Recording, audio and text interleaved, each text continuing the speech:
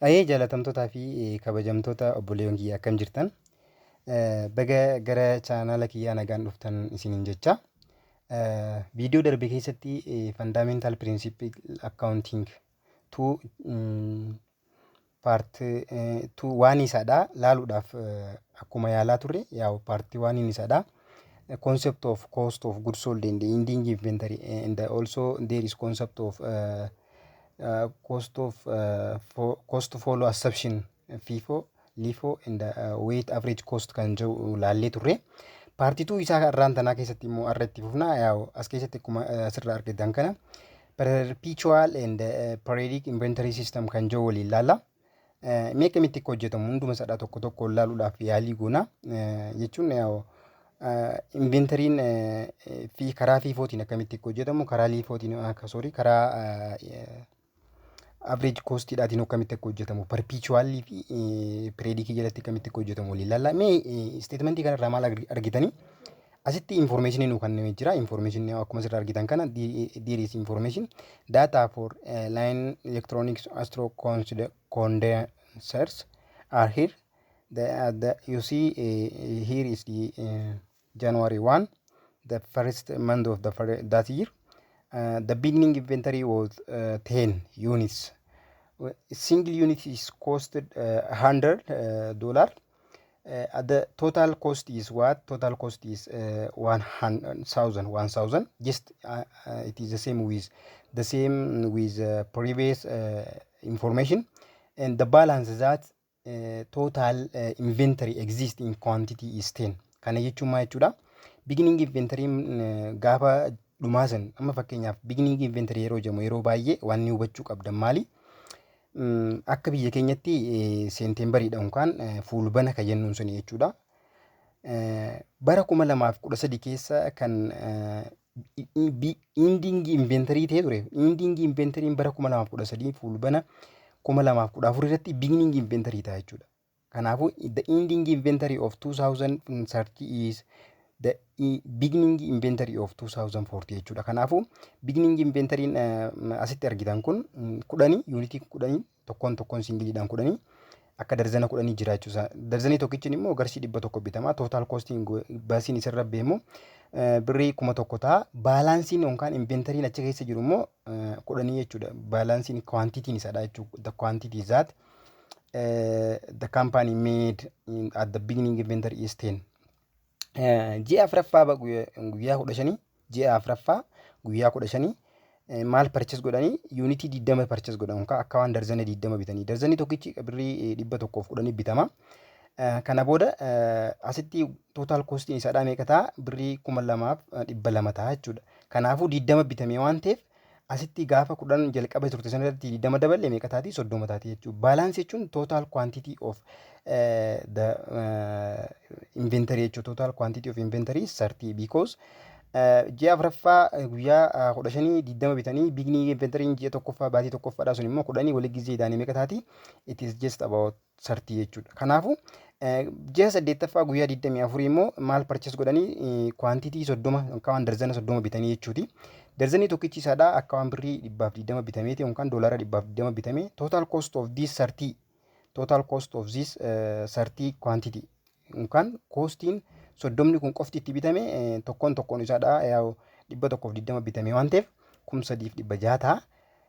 Jalqaba meeqa qabnaa? 10 asii 20 qabnaa. 20 kanarratti 10 gizee dhaan 30 ta'a. 30 kan ammaa 30 ammasii bitame kana gizee dhaan 60 taati. This is balance. Now here is balance that exist in inventory jechuudha. Store of inventory. Ji'a sadaffaa guyyaa 10 keessatti immoo maal godhe? Ji'a sadaffaa guyyaa 10 maal godhe? Sell godhe ni gurgure jechuudha. Asirraa waan qabu kanarraa 10 20 30 qaba. As waliigala 60 qaba. Asirraa maal godhe? 10 gurgure jechuudha. Sorry 55 gurgure. Quantity akka waan darzana 55 gurgureetti jechuudha. Darzana 55 gizee gurguru asitti meeqa tafaa fi 60 irraa 55 gizee irratti 5 tafaa fi jechuudha. Kana booda immoo ji'a 11ffaa guyyaa 27 maal godhe? Purchase godhe ammaasiis meeqa purchase godhe? Darzana 40 bite. Darzanni 40 tokkoon darzanaticha qarshii 130 bitame. Kanaan booddee maal godhe? Birrii 5,200 ta'a. Inni kun 5,200 kan ta'u kun kanaaf kana gaafa waliin baay'isne just when we multiply 40 times 130 we get of that 5,200 argannaa jechuudha. Kana booda asitti meeqaa jira? 40 qabna. Asii immoo 5 jira waan ta'eef 45 qabna jechuudha. The total cost of that the inventory purchased is 12,000. Kana jechuun maal jechuudha? Total cost wanti inni itti bitame maalidha? Maal ta'a? 12,000 ta'a jechuudha. Kanarraa asiin kana gaafa walitti daane kun gaafa walitti daane 3,200 ta'a. 3,200 idoo 3,600 meeqa ta'a? 3,200 jennee 3,200 ta'a. 3,200 baay'isuu 3,200 baay'isuu sorry 3,200 ida'uu 3,600 ida'uu 5,200 wal qixanii ta'a meeqa ta'a? 12,000 ta'a jechuudha. Amma gaa kanaafuu akkamitti ending inventory fi cost of goods sold kan akkamitti akka baasnudha jechuudha. Amma fakkeenyaaf tootaalii waan asii gurgurame 55 gurgurame jechuudha 60 kanaafuu cost of goods sold akkam ta'a? Akkanuma laallee beekuu ni dandeenya. Garuu maaliif akkamii beekuu dandeenya? Asii 60 qabna. Baalaansii isaadhaa kanarraa 60 qabna. 55 irraa fuuna. 55 irraa fuuna yoo jennu yoo jalqaba kaanee asirraa 10 30 60 qabna. Kanaafuu asitti 60 gaafa qabne 55 gaafa irraa fuune gubbaa gad dhufna jechuudha. FIFOodhaan akkasii beekna jechuudha. Jalqaba waan binne jalqaba gurgurra waan ta'eef 55 jalqaba bitaman ni gurguramanii san booda 5 tafee jechuudha. 5 haftituun 30 kana kanaafuu asirraa 25 fudhannee 25 idoo 20 meeqa ta'a? 45 idoo 10 meeqa ta'a? 55 ta'a jechuudha. Kanaafuu koostii isaan kanneen qofa walitti daana. Asirraa immoo kan meeqa hir'isna? Waa koostii 5 qofa irraa hir'isna jechuudha. Koostii darzana 5 yookaan kaartoonii 5 irraa hir'isna jechuudha. Akkasii beekuu dandeenya. Garuu immoo perpetual yoo ta'e jechuun perpetual yoo ta'e akkamitti akka nuti waan kana hojjennu ongoo predikii ta'e mee jalqaba irratti perpetual and predict wanti jiru kun garaagarummaan isaanii maali? I think barattoonni accounting especially akkasumatti illee barattoonni managementidha. Barattoonni bakka barattoonni FIB hundumti keessan warri viidiyoo kana daawwachaa jirtan perpetual fi predikii ni yaadattan accounting waan keessatti yaada. Akkamii jechuudha? Perpetual jechuun akka biteen waan san guyyaarraa galmeessaa deemu jechuudha. Amma arraan gana bitee, arraan ganaan bitee, arraan ganaan bitee karaa FIFOtiinis karaa weighted averageetiinis waan amma bite ammuma isaa galmeessaa deema jechuudha. Cost of goods soldiinis galmaa deema jechuudha. But predikii yoo ta'e immoo maal godhaa? Eega accounting prediin sun dhume booda ji'a jattis ta'uu danda'a, waggaa tokkottis ta'uu danda'a. Maal godhaa? Erga accounting prediin sun dhume booda galmeessaa jechuudha. Just let us see a perpetual inventory system how we compute cost of goods sold and ending inventory under FIFO and average. Here is different concepts that you need to understand. Kana jechuun maal jechuudha? Konseptii adda addaati jira. Jalqaba cost of goods sold and ending inventory barbaanna. Cost of goods sold kana kan barbaannu FIFO jalatti akkamii barbaanna? Average jalatti akkamii barbaanna? Isaan kana kan barbaannu immoo under perpetualidha jechuudha. Akkamitti immoo akka dalee nu haa waliin ilaallume. How akkuma isiniin jee ture this is scale tube. Just subscribe my channel. It is the channel that deducted for you. Kana jechuun channel isiniif dhaabbate. Channel isin gargaaruudhaaf dhaabbatee abjuun keenya dhaloota qubee gargaaruudha waan ta'eef anaaf hiriyoonni kiyyaas waan kan irratti yaadni itti kutannee isin gargaaruudhaaf kaa'aa jirra. Kanaafuu akka abdii horannuuf akka isin cinaa dhaabbannuuf subscribe gooniidhaan isin cinaa dhaabbadhaa walaa gargaaruu dhaloota gargaaruun dhaamsa keenya. Amma asitti akkuma hubattan Jaanuwaarii jalqaba jechuudha. Jaanuwaarii jechuun ji'a tokkoffaa baatii tokkoffaa isaa kana ji'a tokkoffaa guyyaa tokkoffaadha yookaan just as you see here the first day and the first month the beginning inventory is just as we say that. Baalaansiin asitti waan ni beekuu qabdan jalqaba deetii baafanna gaafa perpetual hojjennu deetii is here the purchase is here if there is selling is cost of goods sold asirra baasna san booda immoo balance jechuun ending inventory asirra baasna jechuudha. Balance inventory dha jechuudha. Kanaafuu tokkoon isaanii akkasiin ilaalla. Asitti immoo eega purchase jenneen asitti unit jechuun unit jennee kaa'uu dandeenya. Unit cost and total cost jennee kophaa kaa'uu dandeenya. Asittis unit cost and total cost just three term for every entity as gubbara waan agartan kana purchase dhaafis entity sadii barbaachisa. Jalqaba irratti unit cost and the total cost the same for that cost of goods sold unit single cost or unit of cost in the total cost jennee kasi kaa'uu dandeenya. Isaan kanneeniif illee akkasuma kaa'uu dandeenya jechuudha. Baalaansii ending inventory gaafa barbaannu yookaan baalaansii inventory sanii gaafa barbaannu unit cost and total cost jennee kasi kaa'uu dandeenya jechuudha. Kanaafuu mee akkamitti akka hojjetamu walumaan ilaallu January 1 kana immoo meeqaatu jira beginning inventory dha. Purchasing goone cost of goods sold hin jiru jechuudha. Just it is balance that single unit ni isaadha 10 ture tokkichaan isaadha meeqa bitame 100 bitame total cost ni isaadha 1000 ture jechuudha.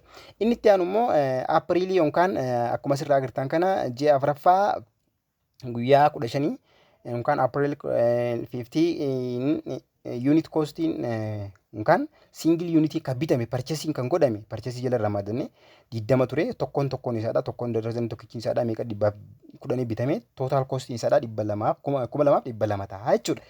San booda immoo baalaansiin kanaa meeqa ta'a asitti meeqa qabna 10 qabna 10 baay'isuu 1000 akka ta'e jennee san booda immoo 20 baay'isuu meeqa 20 baay'isuu 110 sorry 20 baay'isuu 110 kana lamaan maaliif akkas walirratti hine baalaansiidha jechuudha. Amma baalaansiidha walitti hidhuu jirra. Baalaansii meeqa qabna jennee asii amma fakkeenyaaf asii akka beektan asii baalaansii jalatti 30 qabna ture. 30 kun 10 qarshii 100 bitame. Darzanni 10 qarshii yookaan birrii 100 bitame. Darzanni 20 immoo birrii 100 fi 10 bitame akka jechuuf jechuudha. Kanaafuu waliigala koostiin nuti indi asitti asirraa hubattan kana 30 baalaansiin 30 yookaan yuunitiin 30 bitame kun darzanni 30 lafa jiru kun darzanni 10 birrii 100 bitame. Tokkichi isaadha birrii 100 bitame. Darzanni 20 immoo tokkichi isaa birrii 100 qarshii birrii 10 bitame akka jechuuti jechuudha. Kanaafuu darzanni 30 achi jiru sun birrii 3200 bitame jechuudha. Kanaafuu akkasitti tartiibaan deemna. Amma wanti kun perpetual wanni isa godhe maali yoonaan jettan maal godhu jira purchase akka godheen galmeessu jira jechuudha. Kanaafuu wanti gurgurame hin jiru jenne waan ta'eef bira tabarraa Agasti yookaan asitti ji'a 8ffaa maal godhe ji'a 8ffaa irratti 30 bite maayis darzana 30 bite. Darzana tokkicha isaadha birrii 120 bite. Kanaafuu total costiin isaadha birrii 300 taati. Kanaafuu amma gaawwanni hubachuu qabdan 30 bite jalqaba 30 lafaa qabna meeqa ta'e 60 ta'e. 60 darzanni 60 isin agartan kun amma gaa namni isin riipoorti godhu jiru darzanni 10 100 bitame. Darzanni 10 tokkoon isaadha birrii 100 bitame. Darzanni 20 immoo tokkichi isaadha birrii 110 bitame. Darzanni 30 immoo tokkichi isaadha birrii 100 fi meeqa bitame? Birrii 100 fi 20 bitame isiniin jaa. Kanaafuu maal gootanii isaan kanaas kanaan baay'istanii meeqa ta'a 1000 akka ta'a. Kanaas kanaan baay'istanii meeqa ta'a 2200 ta'a. Walirratti meeqa ta'a 3200 ta'a. Ida'uu jenna. Kanammoo kanaan gaafa baay'isne 3600 walirratti gizii daballee immoo meeqa ta'a birrii 6800 ta'a jechuudha. Kana booda gaa maal godhee amma wanni inni lafaa qabu total cost of 60 inventory is what totally 6800 taati jechuudha. Seentembari guyyaa 10dha yookaan ji'a 8ffaa guyyaa 10 kana immoo akkami maal bitee maal godhee ni gurgure jechuudha. Ni gurgure meeqa gurgure 50 akkas irraa hubattan sani 55 gurgure jechuudha. Gaafa kana seentembari ji'a 9ffaa san meeqa gurgure 55 gurgure. Meeqa 55 jechuudhaaf maal goone FIFO fayyadamuu jirra. By the way FIFOdha fayyadamuu jirra waan ta'eef kan jalqaba bitame jalqaba gurgurama jechuudha. Kanaafuu beginning inventory keenya sinni gurgurama tokkichi isaa birrii 100 bitame total cost isaa birrii 1000 ta'a. Amma sitti deebi'ee 55 amma nu guutuu deemna jechuudha. Amma 60 irraa kaasne birrii 20 bitee 20 akka bite tokkichi isaadha birrii 10 ture waliigala gizee birrii 2200 ta'a walitti daana. 25 fudhanne maaliif 25 fudhanne hamma 55 nu goof deema jechuudha. Wanti gurgurame sun hamma 25 nu goof deemna waan ta'eef kanaafuu maal goona kanaafuu wanti nuti asitti goonu maali 25 ka bite kun 25 bitame kun gurgurame kun 10 25 ta'a. Isaan kun total costiin isaadha birrii 6200 ta'a jechuudha. This is the total cost. Garuu immoo asitti wanti beekuu qabdan Baalaansii kana jalatti meeqaa fi 60 qabna jennee 10 20 30 iddoo 30 meeqa ta'a 60 ta'a. Kanaafuu wanti beekuu qabdan tokkichi isaadhaa darzanii 30 dhumarra bitame. Darzanii 30 dhumarra bitame kun kana 25 gaafa keessaa fuunu 5tu lafatti hafaa jechuudha. Kanaafuu istoora keessaa seentembari guyyaa 10 wanti lafatti hafe maaltu jira? 5 qofa darzanii 5 qofaan lafatti hafe. Darzanii tokkichi isaadhaa meeqa bitame? Tokkichi isaadhaa birrii 120 bitame.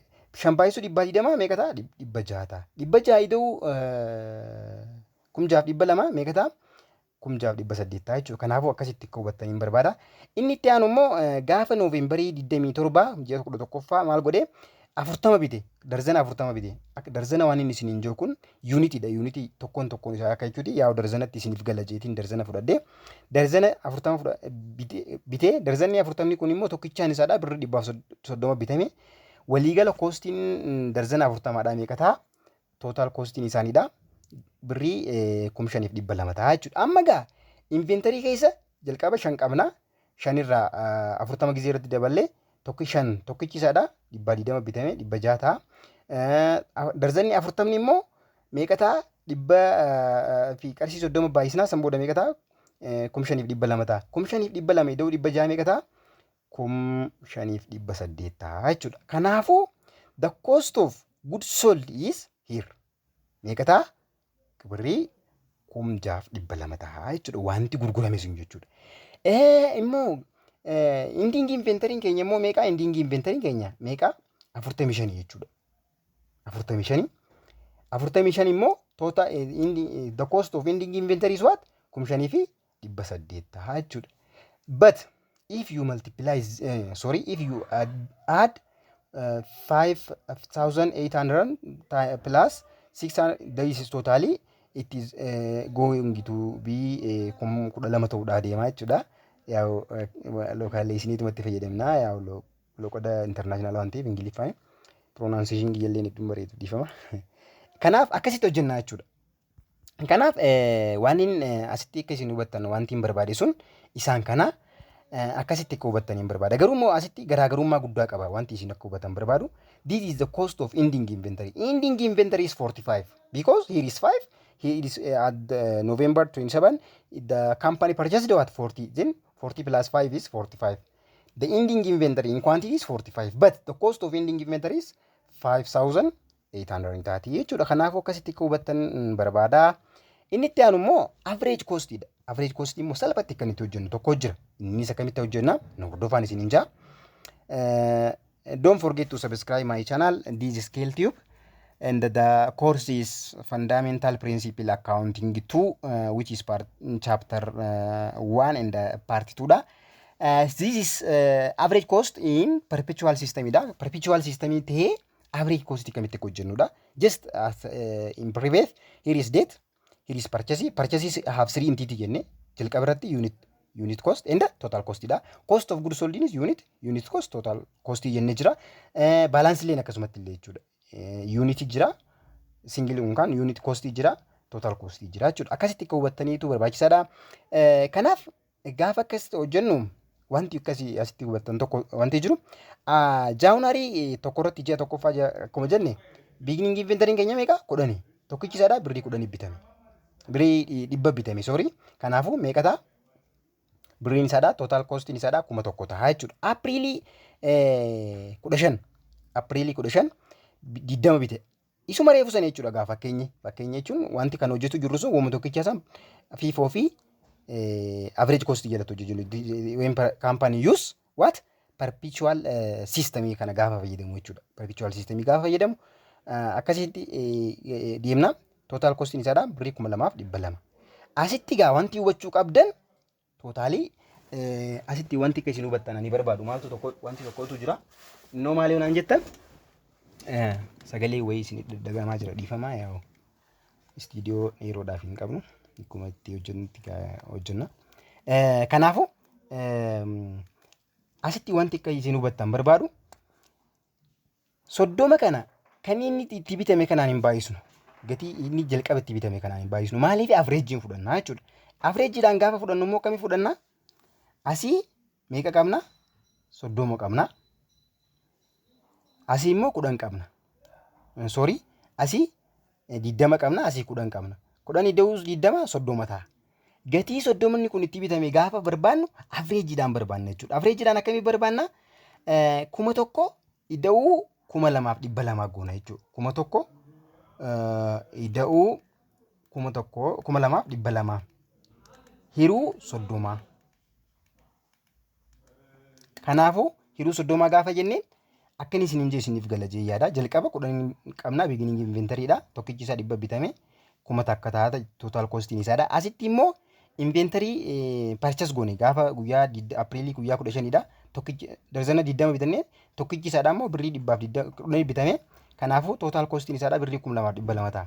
Kanaafuu gatii wanti hidha argachuudhaaf gatii total inventory that is stored in our warehouse keessa kan jiru san beekuudhaaf maal goona? 1,000 ida'uu 2,200 hiruu 30 goona. San booda baay'isuu meeqa goona? 30 goona. Meeqa arganna? 3,200 arganna jechuudha. Kana jechuun asirrattis 3,200 garaagarummaa ammaaf hin qabu. Garuu immoo garaagarummaa bakka inni itti qabu ni jira. Isirra qabaa naan jettan deemna mallee aduma deemnu. Agoostii guyyaa 24 immoo 30 bite. Ni bite 30 gaafa bitu meeqa godhee 30 baay'isuu 120 bite. Tokkichi isaa 120 bite waan biteef jechuudha. Kana booda maal godhee asitti 3,600 taate jechuudha. Total cost of sartii gaafa 120 bitamte. San booda immoo gatii tokkicha gatii 60 isaa kana beekuudha. Asii 30 qabna, asii 30 qabna, walitti gaafa idaane 60 argannaa jechuudha. Kanaafuu darzana 60tu istoora keenya keessa jira jechuudha. Kanaafuu gatii inni kun itti bitame argachuudhaaf 30 3,200 ida'uu 3,600 wal qixanii ta'a. 6,800 ta'a. Hiruu 60 gisee goone takka tuqaa takka sadii jetti fufa. San booda 60 baay'isuu takka tuqaa 113 tuqaa 3 gaafa jenne 6,800. That is the same with previous one. Still it is the same. But sometimes it make difference way let us see when the difference is me garaagarummaan gaafa uumamtu yoomi jennee gaafa laallu asiin laallu me seentembari 10 irratti 55 gurgure amma garaagarummaan uumamti asitti kan laaltan garaagarummaan uumamu asii jira seentembari 10 irratti 55 60 asii qabu kana keessaa 55 gurgure jechuudha. Gaafa 55 gurguru gatiin inni ittiin argachuu danda'u gatiin inni 55 kun itti bitame averejidhaan fudhata jechuudha. Kanaafuu averejidhaan akkamii fudhate hojjettan asitti 60 kun tokkichi isaadha akka waan birrii 113 tuqaa 3 bitametti averejidhaan fudhannee waan ta'eef. Kana booda 55 baay'isuu 113 tuqaa 3 kan jiru kana meeqa ta'a? 6,233 ta'a jechuudha. Garaagarummaa uumee jira jechuudha. Asitti imma gabaabumatti akka isin hubattan wanti hin barbaadu. Isa jalqabaa sanii wajjin there is difference jechuudha. Asi 6,200 jira. Asitti immoo 5,800 garaagarummaan inni qabu asitti jechuudha. Iddoo kanatti kanaafuu gaafa akkas goone birrii 6,233 ta'e jechuudha. Kan shanii immoo gatiin shaniidha. Yaa asitti ka 60 kana waan ta'eef 5 baay'isuu 113 tuqaa 3 kan jiru kana gaafa itti deemne meeqa ta'a? Birrii 567 ta'a jechuudha. Noofeembarii guyyaa 27 immoo maal godhe namichi kun deebi'ee 40 bite jechuudha. 40 kana meeqa bite? 130 bite. 130tti gaafa bitu total costiin isaadhaa meeqa ta'a? Birrii 5,200 ta'a jechuudha. Total cost of 14 jechuudha. Total cost of 14 5,200 ta'a jechuudha. 5,200 kana immoo 45 tan asii qabna. Gaafa 40 walitti hidhaane meeqa ta'a? 45 taate jechuudha. Kanaafuu 45 tun meeqa bitantee koostii ishiidhaa gaafa barbaaduu barbaanne gaafa determine godhuu barbaanne maal goona? Wanti nuti goonu tokko jira. Asitti 567 qabna. Ida'uu 5,200 gaafa goone meeqa ta'a? 5,767 ta'a. Hiruu 45 goona jechuudha. Giddu galeessaan fudhanna waan ta'eef. Kanaafuu 128 ta'a. Hira ilaalaa isin moobaayilaa keessan irratti waan inni amma isin jechaa jiru kana 45 baay'isuu 128 tuqaa takka 5 gizee goone yeroo akkasitti waliin baay'isnee meeqa arganna? 5,000 767 arganna jechuudha. Here is the difference that made because of perpetual and perpetual average cost and FIFO cost jalatti gaafa fayyadamnu akkasii asitti immoo wal madaalchisa asitti waliin madaalchisa seen revenue argame FIFO jalatti 11,500 asittis immoo 11,500 beginning inventory keenya meeqa 1,000 ture. Purchasing kan purchased godhame immoo asittis akkasuma waluma fakkaata amma ammatti wal fakkaata waan ta'eef cost of goods sold cost of goods available for sale ka jenneen kun 12,000 costiin isaaniidha jechuudha. 100 ture dhibbi tokkichaan kun 12,000 bitame asitti 10,000 ending inventory asitti garaagarummaa bikkitti uume asitti jechuudha. Maaliif jennaan average da fudhanna asitti waan tokko akkasii ni galu wanti barbaadu maali just it is numerical rather than pragmatic kana theory da xiqqishoo waan irraa xiqqishoo adda ta'e akkasiin wanti insight tokko akkasitti asiin maaliif 500 ta'e 5,800 asitti immoo 5,400 sababni inni itti ta'eef maaliifi sababni inni itti akkas ta'uu danda'eef kanarratti waan amma gurgurame dhiyeenya keessa gurgurame gatii ol kaan kabinne jira. Gatii ol kaan kabinne akka gatii ol kaatti gatii gabbu'aan kabinne immoo akka gatii gabbu'atti waan fudhannee FIFO jalatti tartiibaan jechuudha. Farstiin farsta awutii waan ta'eef asitti immoo wanni gabbu'ees ka gabbu'ees kan ol keessa gaddeebisnee jiddu galeessa goonee waan fudhanneef maaltu ta'e ending inventory keenya maal ta'e wal caale jechuudha. Average cost jalatti ending inventory keenya always maal ta'a underestimate ta'a jechuudha. Be remind this word under average cost our ending inventory is always underestimated when we compare with FIFO. Ending inventory under FIFO is greater than average cost FIFO. FIFO ka jennuun kun average cost kun ending inventory FIFO jalatti ol ka'a average cost jalatti immoo gad bu'aa jechuudha. This is the insight that I wanted to inform you in this video. Duraan dagatiin nagaa qorumsa irra dhufte akkan ijaamee ture kan jettan akka jettan hin barbaadu ammuma irratti yaaddanii akka hubattan konseptii isaadha akka hubattan hin barbaade. Inni itti aanu immoo cost of goods sold jedha. Ilala cost of goods sold immoo 6,200 asitti immoo maal kee 6,600 garaagarummaa uumee jira jechuudha. Asittis cost of goods sold asitti garaagarummaa uumee jira. Maal godhe cost of goods sold FIFO jalatti gabbu'a average cost jalatti immoo ol ka'a. Maaliifi average dhaan waan fudhanneef jechuudha. Kanaafu cost of goods sold is always higher in average and lower in FIFO. Ending inventory is higher in FIFO and lower under average cost jechuudha. Operating expense akkas jaa isaan kana information egaa waan hin qabneef asirratti dhiistuu dandeessani. Inni itti aanu immoo effect of statement of financial position that FIFO and average have jechuudha. Kana jechuun maa jechuudha? FIFOn statement of financial position jalatti maal qaba dhiibbaa qaba jechuudha. Statement of financial jechuun balance sheet jechuudha. Maal godhe major advantage of FIFO method in that in the period of inflation gaafa inflation jiru qorumsa irratti yoo tokko dhabeen tureen wanta kana even true for select illee shawwaddii turte akkasiin immoo akka shawwaddamtan hin barbaadu waan inni ante akkasiin to'atan hin barbaadu maaliifi wantummaan tuttuqeena kaasee gara wanta kanatti si yaada kiyya gara keeltii bitti rafijisiise wantoota akkanaa kana kanaafu gara dubbii ijoo keenyatti adeemnu major advantage of FIFO method in that period of inflation the cost allocated to ending inventory will approximately their current cost jechuudha. Advantage guddaan inni qabu maal godha major advantage of FIFO method is that in period of inflation the cost allocated in ending inventory will approximate their current cost. Kana jechuun maal jechuudha?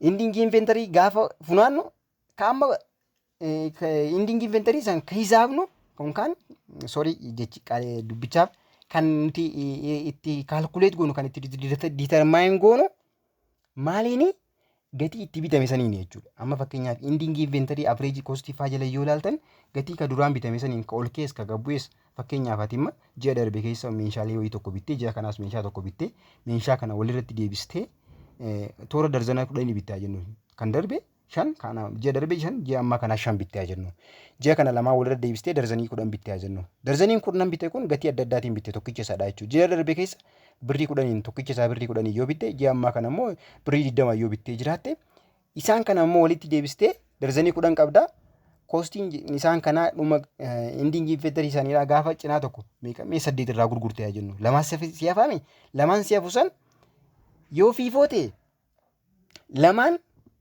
si hafte sun jechuu 10 bittee ji'a darbeef ji'a ammaa gatii adda addaatiin bitte tokkoon tokko isaadhaati ji'a lamaan si hafte sun yoo FIFO ta'e 20 si baay'isa jechuudha.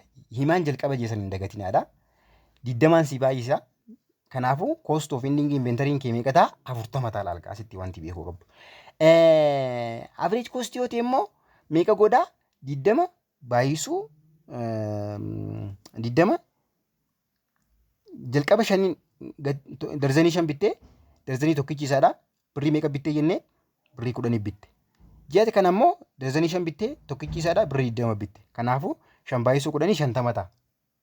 Ji'a duraa jechuudha. 5 baay'isuu 20 immoo meeqa ta'a? Birrii 100 ta'a. Walitti gaafadan 150 hiruu 10 gaafa goone meeqa gootaa 15 ta'a jechuudha. 15 baay'isuu lamaa meeqa ta'a? 30 ta'a jechuudha. That underestimate our what?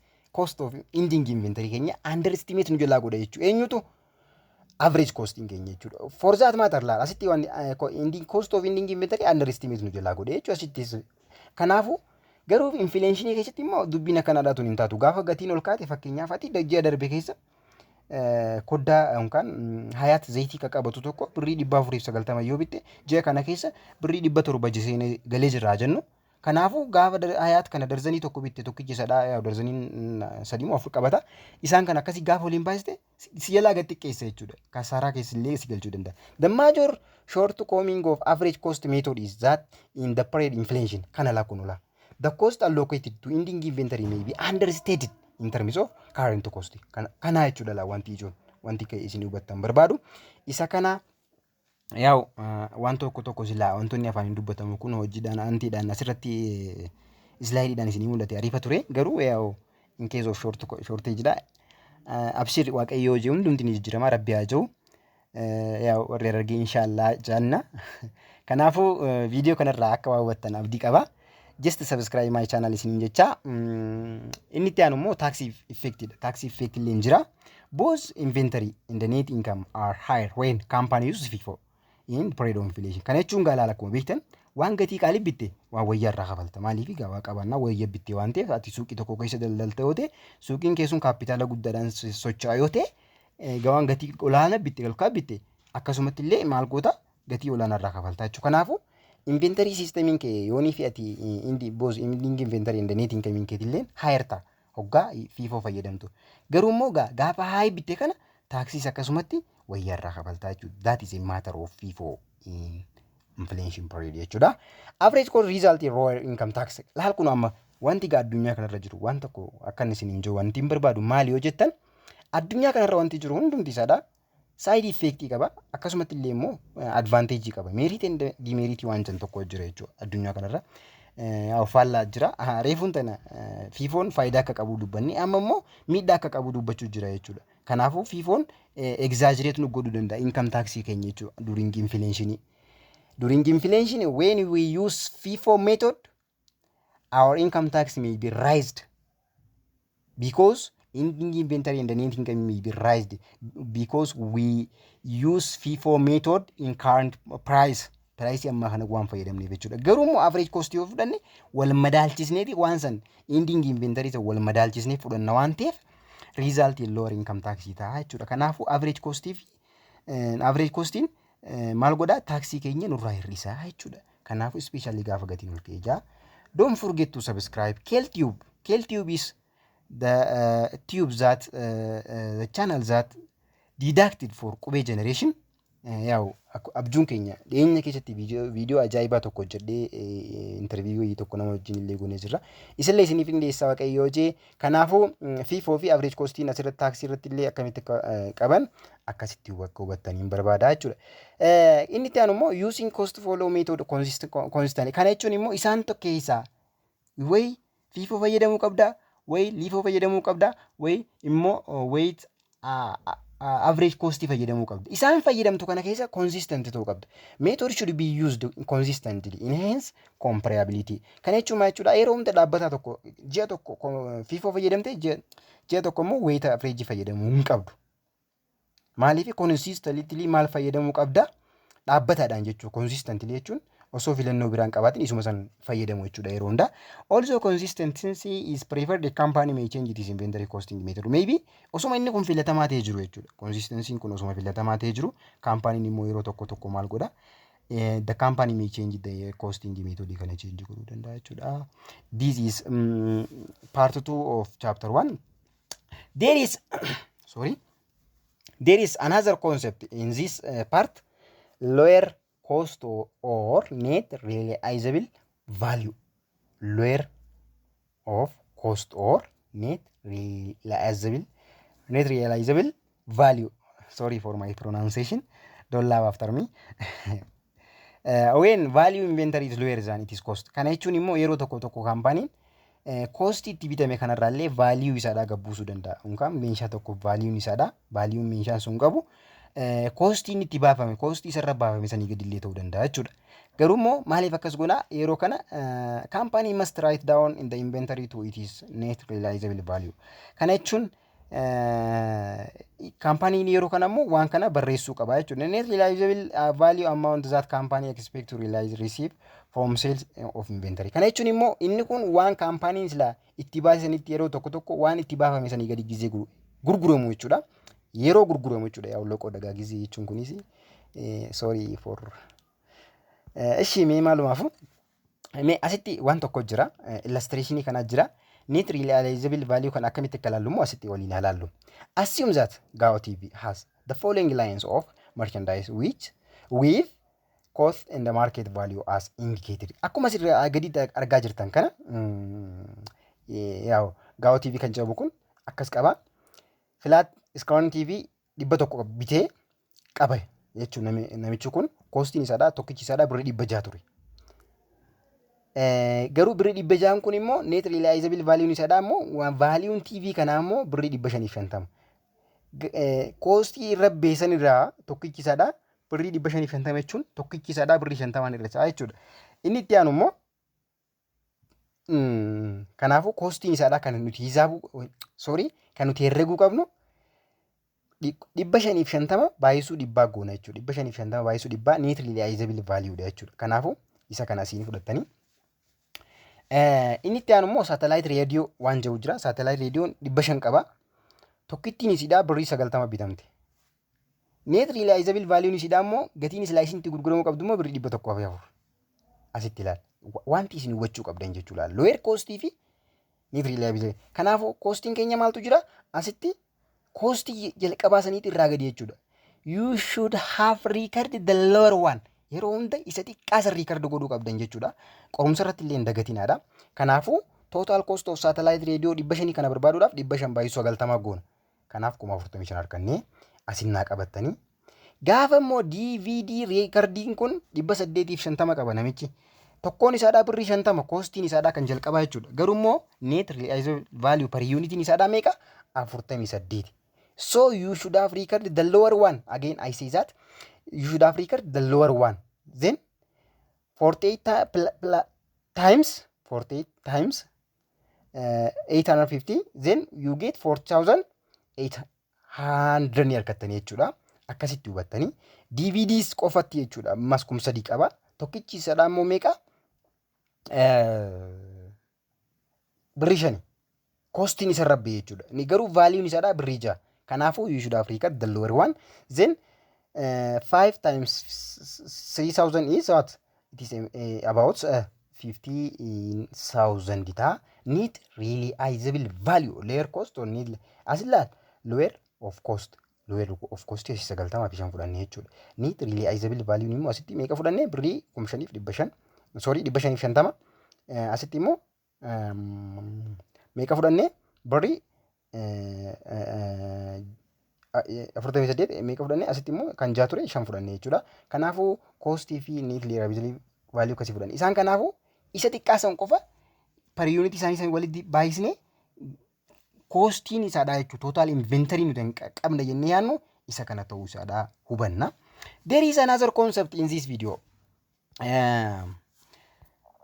Asitti akkuma hubattan kana laal kaampaaniin kun asitti waan kana dubbisuu dandeessanii gaasiin isaadhaa birrii 84,000 net realizable value isaa dhammoo 79,000. Asitti waan diimaan kan irra marameef isa kana keessaa fudhanna yaadachuuf maaliif inni kun kuma tokko ni caala isa kana inni kun irra guddaadha waan ta'eef xiqqaa keessaa fudhanna isa xiqqaa fudhanna wudiinis 250 asitti immoo 280 ture isa xiqqaa fudhanna pileetiin illee akkasuma asitti immoo mee kan fudhachuu qabna isa kana xiqqaa kana fudhachuu qabna jechuudha kanaafuu kana ida'uu kana gisee goone net realizable value argannaa jechuudha kanaafuu akkasitti akka hubattaniin barbaada viidiyoo kana keessatti wanti isaadha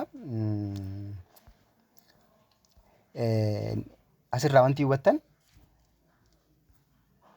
the total inventory value is the sum of those amounts 4,430,000 jechuudha kun 430 taate jechuudha kanaafuu asitti wanti hubattan isaan kana walis isaanii jechuudha akkuma karsariidhaan isin agarsiisaa jiru kana that is a matter of some interruption sorry for our interruption interrupt isin godhuu keenyaaf dhiifama jidduudhaan interrupt godhamee ture ishi inni itti aanu immoo error jira inventory keessatti gaafa record kun error jira unfortunately errors occasionally occurs in accounting for inventory kana gaafa accounting inventory dha kana hojjan maaltu jira error jira in some cases errors are caused by failure to count or price of inventory correctly yeroo baay'ee erroriin immoo ka uumamuu danda'u eessaanii gaafa lakkoofnu yookaan tokko unit isaanii gaafa lakkoofnu yookaan darzaniidhaan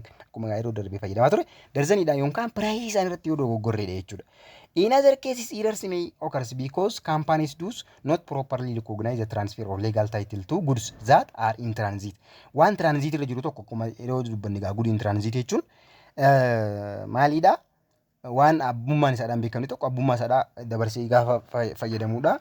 Kanaafuu this is the second problem that may arise the error of inventory. When errors occur, they affect both income statement and the statement of financial position SOFP jechuun sign statement of financial position jechuudha. Don't forget to subscribe KLTube. Eshi mee asitti immoo income statement effect income statement irra qabu laalla. Asitti immoo income statement kun effect inventory error kun income inventory error kun maal irratti dhiibbaa qaba? Income statement irra dhiibbaa qaba. Kanaafuu inventory errors affect computation of cost of goods sold and the net income in two periods. Yeroo lama maal godha dhiibbaa irra qaba jechuudha. Kanaafuu formulaan kun maal jedha beginning inventory plus the purchased goods or cost of purchased goods minus cost of ending inventory is equals to what? Cost of goods sold jechuudha. Kana jechuun maal jechuudha? Beginning inventory plus waan jalqaba lafaa qabdu san ida'uu waan amma bitaa turte waan ji'a kana keessa bitte hir'isuu waan immoo erga accounting period san fixee booda waan lafa seefu sun jechuudha. Amma fakkeenyaaf darzanii 10 lafaa qabna jennee darzanii 30 immoo yooniif itti binne ji'a muraasa booda immoo harka keenya irra wanti jiru yoo 5 ta'e jechuudha. Wanti gurgurame meeqa jennee yaanna kan harka irra nu hafe 5. Kan jalqaba lafaa qabnu 10. Kan nuti binne immoo meeqa binne 20 binne. 10 ida'uu 20 meeqa 30 ta'a. Hir'isuu 5 gisee yeroo goonu immoo meeqa ta'a? Yes. 30 hir'isuu 5 25 ta'a jechuudha. Kan gurgurame 25. Cost ittis gaafa deebisne coostuma isaanii sallaala. Cost of beginning inventory plus cost of goods purchased minus cost of ending inventory is then is equals to cost of goods sold ergannaa jechuudha. Amma asitti immoo waan tokko jira. Inventory error kun karaa adda addaatiin ta'uu danda'a. Maybe beginning inventory keenya underestimate godhuu danda'a. Maybe beginning inventory keenya ending inventory keenya kana maal godhuu danda'a underestimate godhuu danda'a. May let us see it one by one. Just follow this cursor. When inventory error underestimate beginning inventory cost of goods sold is understated ta net income immoo overstated ta. Gaafa immoo jechuun asitti wanti hubachuu qabdan inni kun yoo gad xiqqaate 10 osoo jiru koostii 9 yookaan 8 yoo isa yoo kan hojjettu ta'e ending cost of goods sold kee kun maal ta'a underestimated ta'a jechuudha. Net income kee immoo overestimated ta'a. Kanaafuu akkasitti hubattanii when beginning inventory is understated estimated or understated cost of goods sold is underestimated, but net income is overstated ta'a jechuudha. When beginning inventory is overstated or when inventory error overstate beginning inventory, cost of goods sold is in the opposite direction overstated ta'a. Net income keenya immoo understated ta'a. This is just this in on the opposite direction idha. Then and when inventory errors understate ending inventory, amma ga ending inventory dhufne jira, cost of goods sold keenya maal ta'a overstated ta'a. Faallaa isa duraa saniin jechuudha. Gaafa immoo kana immoo maal ta'a net income keenya immoo understated ta'a. When ending inventory is understated, cost of goods sold overstated, net income is understated. When inventory errors overstate ending inventory, amma gareefu understate jennee immoo overstate godhaa jennu ending inventory kan dhume harka irra kana jechuudha. Gaafa kun overstate cost of goods sold keenya maal ta'a understated ta'a. Net income keenya immoo overstated ta'a. Kanaafuu it is a matter of inventory error. Don't forget to subscribe my channel. This is Chptr. Kanaaf inni itti aanu immoo conceptiin an error in ending inventory of current period will have reverse effect on net income of the next accounting period. Sure.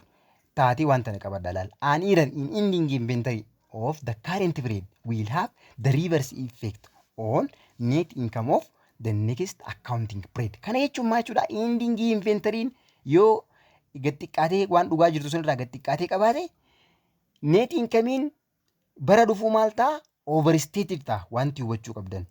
Because they have reverse effect or when ending inventory bara kanaadha yoonii fi gad xiqqeessinii qabne net income bara dhufuu maal ta'a yaa'u overstated ta'a jechuudha. Over 2 years the total net income is correct because the errors offset each other. Kanaafu yeroo waggaa muraa lama booda ammaayis accounting period yeroo tokko dabarsine yeroo itti aanu booda maal ta'a effecti tokko hin qabu jechuudha. Amma fakkeenyaaf bara 2020 bara 2019 akkasumallee bara 2018 ending inventory bara 2018 yoo overstated ta'e net income bara 2019 understated ta'a. Net income bara 2020 immoo no effect ta'a because the errors offset each other. This is a matter of offsetting. Kanaaf kasi qabatanii ending inventory depends on entirely on the accuracy of taking and the costing the inventory dha jechuudha. Kanaafu ending inventory kun immoo kan irratti hundaa'u accuracy akkaataa nuti fudhannee fi akkaataa nuti cost itti goone sanii jechuudha. Yaa asirraa wanti tokko sila wanti hubattan hin jira ture. Video itti aanu keessatti carraa yoo arganne waa'ee perpetual methodidha akkaan arraan tana laalle kana garuu yeroo itti aanu immoo video itti aanu keessatti yoo akka carraa arganne fi yeroo illee yoon kan wal danda'u taate paartii sadaffaa keessatti predict systemii fi akkasumatti illee immoo estimating inventory kan jiru waliin laalla. Estimating inventories gross profit method kan jiru kanallee waliin laalla jechuudha. Isaan kana video sadaffaa keessatti waliin laalla. Video party sadaffaa keessa waliin laalla. Don't forget to subscribe my channel. This is Chptr. Share and subscribe is my favor. Thank you for watching. The third part may be continued in the next month.